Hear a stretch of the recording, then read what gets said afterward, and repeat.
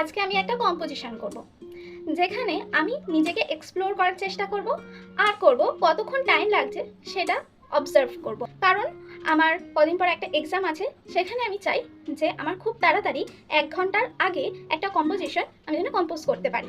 তাই আজকে আমি সেই ট্রাইটা করব যে আমি কতক্ষণের মধ্যে কম্পোজিশনটা কমপ্লিট করছি। আমি করব, তার সাথে তোমাদেরকেও দেখাবো।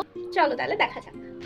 তোমাদের কি মনে হয় যে আমি কতক্ষণে একটা কম্পোজিশন কমপ্লিট করতে পারবো, সেটা অবশ্যই তোমরা কমেন্টে জানিও।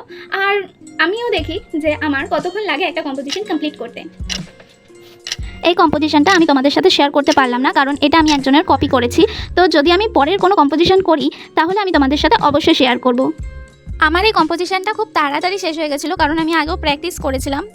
আরও একটা মুহূর্ত তোমাদের সাথে শেয়ার করছি, যেটা আমি আর আমার মা বসে ড্রয়িং করছি। আমার মায়ের সাডেনলি মনে হয়েছে যে একটু রং তুলি নিয়ে স্বাচ্ছন্দ্যের সাথে মিশে যেতে। তো তাই আমার মা আর আমি মিলে একটু রং তুলি নিয়ে বসে গেলাম। মা বসেছিল বলেই আমি বসেছি মাকে কোম্পানি দেওয়ার জন্য। তার সাথে এই যে এই মুহূর্তটা যেখানে আমার মা বললো যে চল তাহলে একটু রং তুলি নিয়ে বসি, আমি একটু আঁকতে ইচ্ছা করছে। তো আমি মাকে না বলিনি, তখন সাডেনলি আমি বলে দিলাম হ্যাঁ হ্যাঁ বসো অবশ্যই।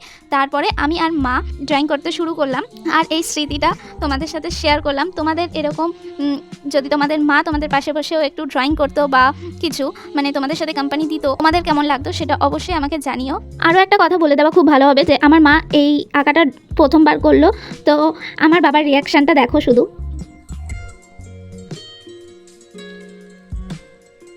আজকের জন্য এইটুকুনি, পরের ভিডিওতে আবার দেখা হচ্ছে। বাই।